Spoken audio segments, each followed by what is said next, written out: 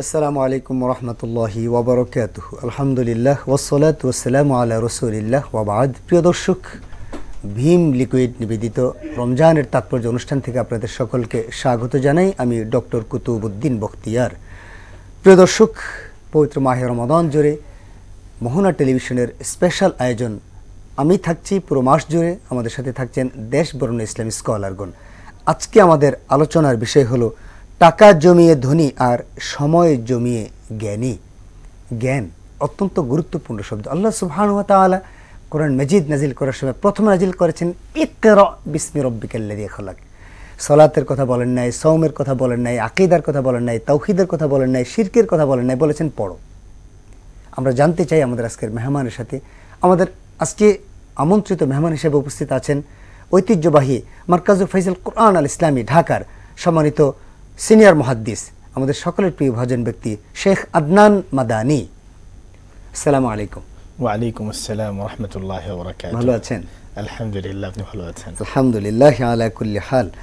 শেখ, আজকে আমাদের আলোচনার বিষয় হলো টাকা জমিয়ে ধনী হওয়া যায় আর সময় জমিয়ে জ্ঞানী হওয়া যায়। যদি একটু বুঝিয়ে বলতেন। জাযাকুমুল্লাহু খায়রান। বিসমিল্লাহির রহমানির রহিম। বিসমিল্লাহ ওয়ালহামদুলিল্লাহ ওয়াসসালাতু ওয়াসসালামু আলা রাসূলিল্লাহি ওয়া বা'দ।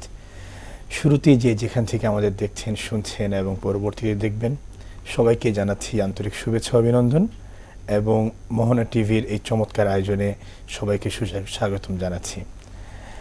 আসলে দুটি পয়েন্ট আমাদের সামনে এসেছে, টাকা জমিয়ে ধনী, সময় বাঁচিয়ে জ্ঞানী। মানুষের জীবনের দুটি গুরুত্বপূর্ণ অনুষঙ্গ। সফল হতে হলে যেমনইভাবে আমার অর্থকড়িরও প্রয়োজন রয়েছে, তেমনিভাবে আমার জ্ঞানেরও প্রয়োজন রয়েছে, বিদ্যারও প্রয়োজন রয়েছে। তো এই আলোচনাটাকে যে আমরা দুভাবে নিয়ে নেই, এক নম্বর যে বিষয়টা আসলো টাকা জমিয়ে ধনী। টাকা জমানো বা নিজের হালাল ইনকাম করা, শরিয়াত এটাকে উৎসাহিত করেছে। রাসূলুল্লাহ সাল্লাল্লাহু আলাইহি ওয়াসাল্লাম হাদিসের মধ্যে যেমনটি বলেছেন, ইন্নাকা আন তাযারা ওয়ারাসাতাকা আগনিয়া খায়রুন লাক মিন আন তাযারাহুম ফুকারা ইয়াতাকাফফুনা আন-নাস। তোমার পরিবারকে তুমি অসহায় দুস্থ রেখে যাবে, যে তারা মানুষের কাছে হাত পাতবে, এর থেকে উত্তম হচ্ছে তুমি তাদেরকে কিছুটা সচ্ছল ধনী রেখে যাও। জি, শরিয়াত এর প্রতি উৎসাহিত করেছে এবং কোরআনের অসংখ্য জায়গায় আল্লাহ রাব্বুল আলামিন হালাল রিজিকের গুরুত্ব দিয়েছেন। জি, তাই রিজিক আমরা অন্বেষণ করব, রিজিকের পিছনে আমরা যাব, কিন্তু এর জন্য খুবই গুরুত্বপূর্ণ পয়েন্ট হচ্ছে এটাকে আমার হালালভাবে আসছে না হারামভাবে আসছে, সেটা খুবই ভালোভাবে লক্ষ্য রাখা। রমাদানুল মুবারকে বসে আমরা যে আলোচনা করছি, রমাদানের অন্যতম একটি শিক্ষা হচ্ছে মানুষকে সর্ব ধরনের হারাম থেকে বিরত থাকা। চাই তা খাবার দাবার হোক, চাই তা পোশাকের মধ্যে হোক, চাই তা নিজের বডির মধ্যে হোক, এবং সবচেয়ে গুরুত্বপূর্ণ যে রিজিকের পিছনে আমরা সারাদিন ছুটে বেড়াই, সেই রিজিকের পিছনে হোক। আপনি খুব চমৎকার করে বলছেন। আমরা শুধু হালাল খুঁজি, কিন্তু শুধু খাবারের মধ্যে, যে খাবারটা হালাল কিনা, আমার ইনকামের মধ্যে হালাল কিনা, সেইটা কিন্তু সেটা আমরা দেখি না। এটা খুবই গুরুত্বপূর্ণ। এটা হালাল মিট, এটা হালাল প্রোডাক্ট, হালাল লেখা আছে। বিদেশে আমরা দেখি হালাল মিট, হালাল মাংস, এটা হালালটা কিনছে, কিন্তু সে যে টাকাটা দিয়ে কিনছে সেই টাকাটা কিন্তু হারাম। এক্স্যাক্টলি খুবই গুরুত্বপূর্ণ। এটা আসলে আমরা এর মধ্যে কি বলবো, আমাদের গাফলতি, উদাসীনতার পরিচয় দিচ্ছি। কারণ মোহতারাম, আমি যদি এই বিষয়টা একটু খুলে বলি তাহলে স্পষ্ট হবে, হালালের বিপরীত শব্দ হচ্ছে হারাম। হারাম। খাবারের মধ্যে যেমনইভাবে আমাকে হালাল খুঁজতে হবে, সর্বক্ষেত্রে আমাকে হালাল খুঁজতে হবে। খাবারেরটা দিয়ে আসি, সেই বিখ্যাত হাদিস, রাসূলুল্লাহ সাল্লাল্লাহু আলাইহি ওয়াসাল্লামের কাছে একজন সাহাবী আসলেন, আল্লাহ রসুল বসে আছেন।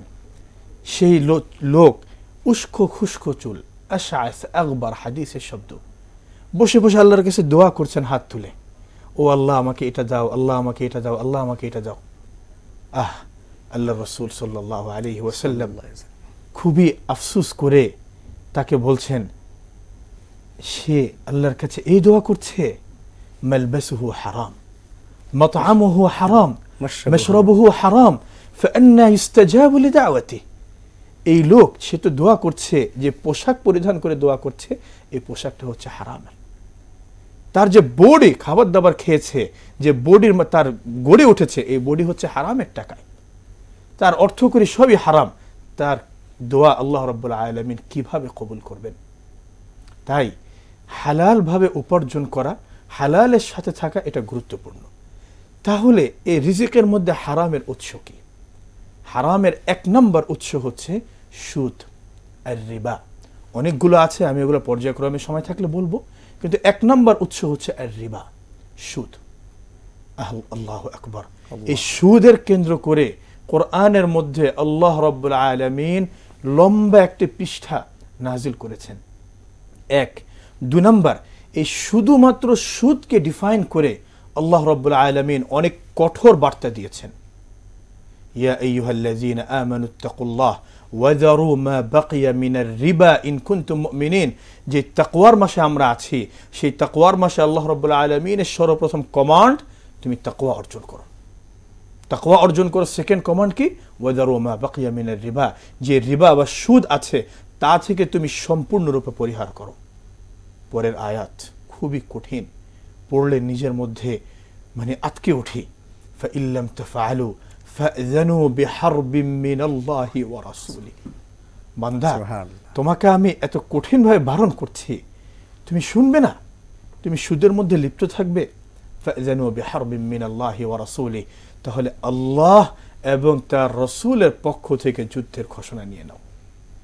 এই পৃথিবীতে যতই শক্তিধর হই, আল্লাহর যুদ্ধের সাথে পেরে উঠব না। সুতরাং আল্লাহ রাব্বুল আলামিনের এই কঠোর বার্তা যেন আমরা সর্ব ধরনের সুদ থেকে নিজেকে বিরত রাখতে পারি, আমার সম্পদ যেন হালাল হয়, সেদিকে আমরা লক্ষ্য করি। আর আমরা আসল সম্পদ জমিয়ে রাখি, বলে যে আল্লাযী জামা মালাহু ওয়া আদ্দাদা। আসছিলাম এই সূরা পুরো আলোচনা আমার মধ্যে সারমর্ম যদি আসে, আমি আসতে চাই আল্লাযী জামা মালাহু ওয়া আদ্দাদা, আমরা কবর পর্যন্ত আমাদেরকে সেই সম্পদ আমাদেরকে পৌঁছে দিবে। আমরা সম্পদ হিসাব করতে করতে আমরা আসতে চাই আপনার কাছে ছোট্ট একটা বিরতির পর। প্রিয় দর্শক, আপনারা দেখছেন ভীম লিকুইড নিবেদিত রমজানের তাৎপর্য। আমরা ছোট্ট একটি বিরতিতে যাচ্ছি, থাকুন মোহনা টিভির সাথে। আসসালামু আলাইকুম ওয়া রাহমাতুল্লাহি ওয়া বারাকাতুহু। প্রিয় দর্শক, বিরতির পর আপনাদেরকে আবারও স্বাগত জানাই ভীম লিকুইড নিবেদিত রমজানের তাৎপর্য অনুষ্ঠানে। আমরা আলোচনা করছিলাম টাকা জমিয়ে ধনী আর সময় জমিয়ে জ্ঞানী। আমরা কথা বলছিলাম যে আল্লাযী জামা মালাহু ওয়া আদ্দাদা, সম্পদ জমি আমরা গণি, আমাদের কত সম্পদ হলো, কতটা বিল্ডিং হলো, কতটা ফ্ল্যাট হলো, ঢাকা শহরে কতটা বাড়ি হলো, কতটা গাড়ি হলো, আমার বিদেশে কয়টা অ্যাকাউন্ট হলো, আমরা সেই জিনিসগুলো গণি। আর গুনতে গুনতে আমাদেরকে কবর পর্যন্ত পৌঁছায়। যদি আল্লাহু আকবার, খুবই একটি চমৎকার বিষয় আমাদের সামনে উঠে এসেছে। আমি প্রায় সময় যখন এই সূরাটা পড়ি, প্রায় আমাদের সকল মুরব্বী এবং ছোট বাচ্চা, কিশোর বয়স, মহিলা, নারী, পুরুষ সবারই সূরা জানা, সূরাতুল হুমাযা আমরা বলে থাকি। এই সূরার প্রত্যেকটি আয়াত খুবই হৃদয়স্পর্শী এবং জীবন ঘনিষ্ঠ। ওয়াইলুল লিকুল্লি হুমাযাতিল লুমাযা আল্লাযী জামাআ মালাহু ওয়া আদ্দাদা, সম্পদ আমি গড়েছি, সম্পদ কুক্ষিগত করে রেখেছি এবং এটাকে আমি গণনা করছি। পরের আয়াত কি? ইয়াহসাবু আন্না মালাহু আখলাদা, মানুষের এই ক্ষুদ্র মস্তিষ্কের ধারণা তার এই সম্পদ চিরদিন থাকবে। অবাক লাগে, কষ্ট লাগে। চাক্ষুষ প্রমাণ এখন আমাদের সামনে অসংখ্য, কত গাড়ি বাড়ি আছে, কত প্রভাব প্রতিপত্তি আমার আছে, সম্পদের বাহার আছে, কাড়ি কাড়ি জমি আছে। চোখটা তো বন্ধ করব, এই নিয়ে তো কারো কোনো ডাউট নেই, কারো ডাউট নেই। কবরের মধ্যে যখন আমাকে শুয়ে দেওয়া হবে, একটা সম্পদও তো আমার সে কবরের মধ্যে দিয়ে দেওয়া হবে। হাত্তা জুরতুমুল মাকাবির, মাকাবির হাত্তা জুরতুমুল মাকাবির, কবর পর্যন্ত এই সম্পদ করতে করতে করতে করতে। সহিহ আরেকটি হাদিসের মধ্যে আল্লাহ রাসূল যেমনটি বলেন যে মুমিনের পেট শুধুমাত্র এই মাটি দিয়ে পূর্ণ হবে, যে মাটির মধ্যে সে চলে যাবে, কবরের মধ্যে যাব, যে দেহকে এত ফিট রাখছি এই সম্পদের মাধ্যমে, সেই দেহ পোকামাকড় খেয়ে শেষ। সুতরাং এই সম্পদ গড়া 1 নম্বর পয়েন্ট, যেটা হালাল ভাবে ইনকাম করা। 2 নম্বর পয়েন্ট, যেটা হালাল বক্ষণ করা। কোরআনের মধ্যে আল্লাহ বলেছেন কুলু মিনাত তাইয়্যিবাতি ওয়া'মালু সালিহা, হালাল খাবো, রমাদান আছে, উত্তম আমল করব। 3 নম্বর হচ্ছে এই সম্পদকে পবিত্র করা। সম্পদকে কিভাবে পবিত্র করব? যাকাত। রমাদানের মধ্যে আসলে আমরা এটা নিয়ে খুব বেশি আলোচনা করি, কিন্তু এই যাকাত কিন্তু শরীয়তের একটি স্বতন্ত্র বিধান। এটা কিন্তু রমাদানের সাথে সম্পৃক্ত নয়, তবে রমাদানে আমরা আদায় করি যেন সওয়াবটা বেশি পাই সে আশা করি। এই জন্য যাকাত যখন আমরা 2.5% দিব, আল্লাহ রাব্বুল আলামিন কি বলছেন, আমার এই সম্পদ পবিত্র হয়ে গিয়েছে, হালাল সম্পদ। তাই আমরা সবাইকে উদারত আহ্বান জানাই, সম্পদ আমরা গড়ব, হালালভাবে গড়ব, সুদ থেকে বেঁচে থাকব, সর্বাবস্থায় নিজের সম্পদ যেন অন্যের উপকারে আসে সেই দিকে আমরা লক্ষ্য রাখব। দ্বিতীয় আরেকটি বিষয় আমাদের এখানে ছিল, তা নিয়ে যদি স্বল্প আলোচনায় চলে যাই, সময় বাঁচিয়ে আমরা জ্ঞান অর্জন করি। জ্ঞান কিন্তু আমাদের মানব সভ্যতার অবিচ্ছেদ্য একটি অংশ, এবং জ্ঞানীদের কদর সর্বাবস্থায় ছিল, বর্তমানও আছে, ভবিষ্যতেও থাকবে। এই জায়গার ক্ষেত্রে জ্ঞান যে আমরা অর্জন করব, প্রথম প্রশ্ন কোন জ্ঞান অর্জন করব? প্রথম প্রশ্ন এটা কেন আসছে? আমাদের এখন জ্ঞানের বাহারি ধরনের জ্ঞান, দ্বীনে শরিয়াতের জ্ঞান আছে, সাধারণ জেনারেল নলেজ আছে, ইত্যাদি ইত্যাদি। এই ক্ষেত্রে আমাদের মেসেজ খুবই সাধারণ, খুবই সাধারণ। শরিয়াতের অতটুকু জ্ঞান আমাকে অর্জন করা চাই যার মাধ্যমে আমি আমার রবকে চিনতে পারব। কোরআনের মধ্যে আল্লাহ রাব্বুল আলামিন তার নবীকে খেতাব করে যে আয়াতখানা শুরুতেই নাজিল করেছেন তা হচ্ছে, তুমি পড়ো ইকরা বিসমি রাব্বিকাল্লাযী খালাক। কার নামে পড়বে? যেই রব তোমাকে সৃষ্টি করেছেন। এই জায়গায় নিহিত আছে আপনার এই উত্তর। জি, কারণ জ্ঞান আমরা বলেছি অনেক ধরনের জ্ঞান আছে, কিন্তু প্রতিটি আদম সন্তানের সর্বপ্রথম যেই জ্ঞান অর্জন করা চাই তা হচ্ছে তার সৃষ্টিকর্তার জ্ঞান। কে তাকে সৃষ্টি করেছেন, তিনি তার কাছ থেকে কি চাচ্ছেন। এই জ্ঞানটা যদি অর্জন না হয় তাহলে আমাদের পদস্খলন শুরু হয়ে যাবে। এই জ্ঞানটা আমাকে সর্বপ্রথম অর্জন করতে হবে যে আমার আল্লাহ রাব্বুল আলামিন আমাকে সৃষ্টি করেছেন।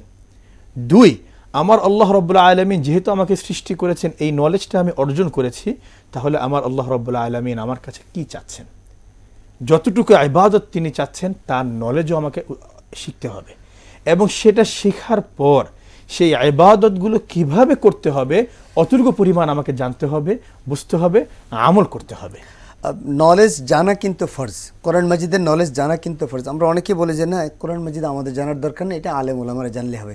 আমরা আসতে চাই এই প্রশ্ন নিয়ে, আমাদের কোরআন মাজিদের কতটুকু নলেজ প্রত্যেকের জন্য বাধ্যতামূলক, এই প্রশ্নের জবাব নিয়ে আমরা ছোট্ট একটি বিরতি দিয়ে যেতে চাই। প্রিয় দর্শক, আপনারা দেখছেন ভীম লিকুইড নিবেদিত রমজানের তাৎপর্য। আমরা ছোট্ট একটি বিরতি দিয়ে যাচ্ছি, বিরতির পর ফিরে আসছি। আশা করছি বিরতির পর ইনশাল্লাহ আপনাদেরকে পাবো।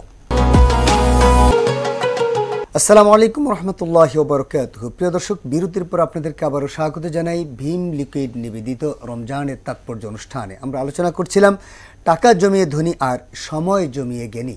আমরা প্রশ্ন রেখেছি কতটুকু নলেজ অর্জন করতেই হবে প্রতিটি মুসলিমকে।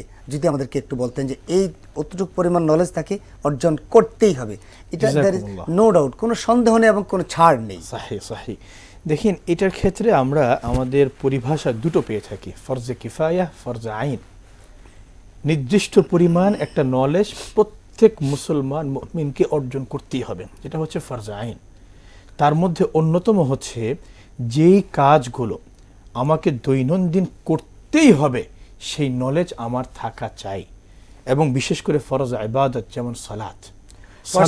তার ঈমান নিয়ে তাকে স্পষ্ট থাকতে হবে। ঈমান, হ্যাঁ, এটা তো শুরুতে আমরা এসেছি আল্লাহ রাব্বুল আলামিনকে চেনা, তাওহীদ এবং শিরক, যে আল্লাহ রাব্বুল আলামিন আমার একক স্রষ্টা, তার সাথে এই স্রষ্টার সাথে আর কোনো অংশীদার নেই। এবার হলো ইবাদত। ইবাদতের ক্ষেত্রে তার সালাত পড়ার জন্য তার যতটুকু নলেজ দরকার তাকে বাধ্যতামূলক সেটা করতে হবে, এবং এর সাথে সাথে যেটা আছে সালাত আদায়ের জন্য যে যতটুকু কোরআনুল কারীম তার দরকার তা জানতে হবে, পবিত্রতা জানতে হবে, কিভাবে তার সালাত আদায় করবে, কি কি কাজ সালাতে নিষিদ্ধ, এগুলো প্রত্যেকটা মানুষের জানা আবশ্যক। পাশাপাশি আমরা এখন আছি সওমের মধ্যে।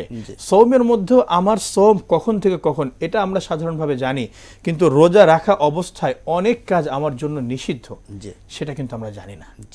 এই জিনিসগুলো আমাকে জানতে হবে। সুতরাং ঈমান আমি শিখবো, তাওহীদ শিখবো, আমার ফরজে আইন সমপরিমাণ যেই জ্ঞান যেগুলো আমার দৈনন্দিন সেগুলো আমাকে শিখতে হবে। ফরজ ইবাদত, এর মধ্যে কিছু ইবাদত আমাদের এমন রয়েছে যেগুলো আমাদের ওকেশনালি করা হয়ে থাকে, বাধ্যতামূলক নয়। যেমন যাকাত, যারা দায়িত্ব, যাদের যাকাত ফরজ তারা আদায় করবেন, তারা তখন শিখে নেবেন। হজ করতে আমি যাচ্ছি, আমাকে শিখতে হবে, তখন আমি হজের বিষয়টি শিখে নিলাম। সকলের জন্য ফরজ না। এই জন্য এখানে আমরা যদি মোটা জায়গায় দুভাগ করি, যেই জ্ঞানটা আমার সার্বক্ষণিক প্রয়োজন রব্বে করিমকে চেনার জন্য, রব্বে করিমের বিধানের উপর আমল করার জন্য, তা আমাদের প্রত্যেক নর নারী, ধনী গরিব কোনো ধরনের পার্থক্য না করে সবাইকে শিখতে হবে। সেটা বাধ্যতামূলক, এবং সেটা মানে পার যে আমি জানি না আল্লাহ আমাকে মাফ করবেন এটা বলার কোনো সুযোগ নেই, কোনো স্কোপই নেই।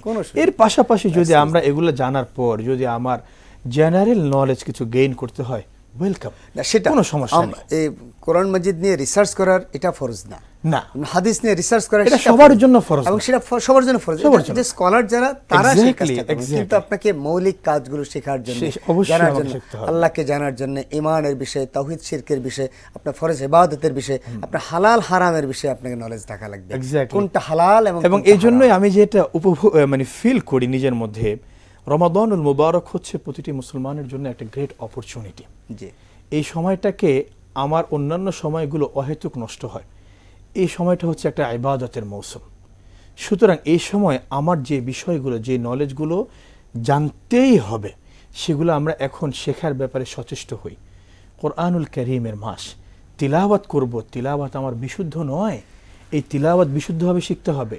ইবাদত যেখানে আমার ঘাটতি আছে সেগুলো আমাকে জানতে হবে। এর পাশাপাশি হালাল ইনকামের প্রতি আমাকে উৎসাহিত হতে হবে। এখানে একটা গুরুত্বপূর্ণ পয়েন্ট আমাদের সামনে আসে। দেখুন, সম্পদ এমন একটা জিনিস যে কোনো সময় আমি এটা অর্জন করতে পারবো। আজকে আমার সম্পদ চলে গিয়েছে, কালকে আবার আমি কিন্তু সম্পদ পাবো। কিন্তু যেটা সময়কে বাঁচিয়ে জ্ঞান অর্জন করা, সময় যদি আমার থেকে চলে যায়, এই সময় কিন্তু আমি কোনো দিন আর ব্যাক পাবো না। এই জন্য আল্লাহ সময়ের কসম করেছেন, ওয়াল আসর, আল্লাহ ওয়াল আসর, এখানে আসরের কসম করেছেন, ওয়াল ফজর, ফজরের কসম করেছেন, ওয়াশ শামস, সূর্যের কসম করেছেন, ওয়াদ দুহা, প্রভাতের কসম করেছেন, ওয়াল লাইল, রাতের কসম করেছেন। সুবহানাল্লাহ। কসম মানুষ কোনটা দিয়ে করে? যেটাকে মানুষ বড় মনে করে। এই জন্য আল্লাহ সময়ের কসম করেছে, এটাকে কেউ ডিনাই করতে পারবে না। এই জন্য সময়টাকে আমাদের কাজে লাগাতে হবে। কিভাবে কাজে লাগাবো? একটা পরিকল্পনা সাজাবো, আমার প্রত্যেকটা কাজ হবে সময় অনুযায়ী, নিয়ম অনুযায়ী। এই কাজে লাগাই যদি আমরা নিয়মভাবে সময়টাকে কাজে লাগাই, তাহলে আমার সময় বরকত হবে। 2 নাম্বার, জ্ঞানের বিষয় এসেছে। প্রতিদিন আমার টার্গেট থাকতে হবে স্বল্প পরিমাণে হলেও আমি যেন একটু জ্ঞান অর্জন করি। হাদিসের মধ্যে আল্লাহ রাসূল বলেছেন, আহাব্বুল আ'মালি ইলাল্লাহি আদওয়ামুহা ওয়া ইন ক্বাল, অল্প হোক কিন্তু নিয়মতান্ত্রিকভাবে আমাকে জ্ঞান অর্জন করতে হবে। 3 নাম্বার, এই জ্ঞান অর্জনের ক্ষেত্রে কার থেকে আমি জ্ঞান অর্জন করছি সেই ব্যক্তি নির্বাচনে আমাকে সচেষ্ট হতে হবে। কারণ রাসূলুল্লাহ সাল্লাল্লাহু আলাইহি ওয়াসাল্লাম তিনি কিন্তু জ্ঞান অর্জন করেছেন জিবরিল আমিনের কাছ থেকে। যে জিবরিল আমিন সরাসরি আল্লাহ রাব্বুল আলামিনের কাছে জ্ঞান নিয়ে তাকে পৌঁছে দিয়েছেন, কোনো মানুষের থেকে তিনি জ্ঞান শিখেননি। খুবই বড় একটি বিষয়। এবং আল্লাহ রসুল থেকে সাহাবীদের থেকে তাবিঈন, আইম্মে মুজতাহিদিন, এইভাবে এসেছে। সুতরাং জ্ঞান কার থেকে অর্জন করব সেটাও প্রয়োজন, এবং পাশাপাশি হালালের ক্ষেত্রে গুরুত্ব দিয়ে আমরা যেন রিজিক অন্বেষণ করতে পারি সেদিকেও সচেষ্ট হব। আল্লাহ রাব্বুল আলামিন আমাদেরকে তৌফিক দান করুন। জাযাকাল্লাহ শেখ, আল্লাহ আপনাকে আরো জ্ঞানী করুন, কোরআন মাজিদের জ্ঞানী করুন আপনাকে। আশকুরুকুম ওয়া শুকরান লাকুম। প্রিয় দর্শক, ভীম লিকুইড নিবেদিত রমজানের তাৎপর্য অনুষ্ঠান আজ এই পর্যন্তই। আমরা আলোচনা করেছি টাকা জমিয়ে ধনী আর সময় জমিয়ে জ্ঞানী। কী জ্ঞান অর্জন করব? আপনি কী জ্ঞান অর্জন করবেন? একজন মুসলিম হিসাবে অত্যন্ত দুঃখের একটি কথা বলতে হয়, আজকে কোরআন মাজিদ আমরা পড়ি না। অমুসলিমরা পড়ে, তারা বিভিন্ন কিছু আবিষ্কার করে আমাদের উপর সেটাকে এক্সিকিউট করছেন, অথচ আমরা মুসলিম হয়ে কোরআন মাজিদ পড়ি না। এটা কি তাকের উপরে রেখে দেই? রমাদান মাস আসলে তার পেটের গিলাপটা খুলে আমরা সেটাকে নামাই না। কোরআন মাজিদের হক আদায় করে। কোরআন নাজিলের মাস, এই কোরআন নাজিলের কারণে মাসের মর্যাদা বেড়ে গিয়েছে, কোরআন নাজিলের কারণে রাতের মর্যাদা বেড়ে গিয়েছে, কোরআন নাজিলের কারণে দিনের মর্যাদা বেড়ে গেল। কোরআন নাজিলের কারণে আমি যদি আমরা কোরআন মাজিদ যদি গ্রহণ করি, তাহলে আমাদেরও মর্যাদা বেড়ে যাবে। আসুন না প্রিয় দর্শক, আমরা কোরআনকে গ্রহণ করি, কোরআন মাজিদের মেসেজগুলোকে গ্রহণ করি, বিশুদ্ধ তেলাওয়াত, অনুধাবন নিজের উপর বাস্তবায়ন করার পাশাপাশি সমাজে বাস্তবায়ন করার, তবেই কোরআন মাজিদের হক আদায় হবে। এই হোক আমাদের অঙ্গীকার এই রমাদান মাসে, এই কোরআন নাজিল মাসে। আল্লাহ আমাদের সকলকে তৌফিক দান করুন, প্রথম থেকে শেষ পর্যন্ত কোরআন মাজিদ অনুবাদ সহ পড়ার। এই হোক আমাদের অঙ্গীকার। আসসালামু আলাইকুম ওয়া রাহমাতুল্লাহি ওয়া বারাকাতুহু।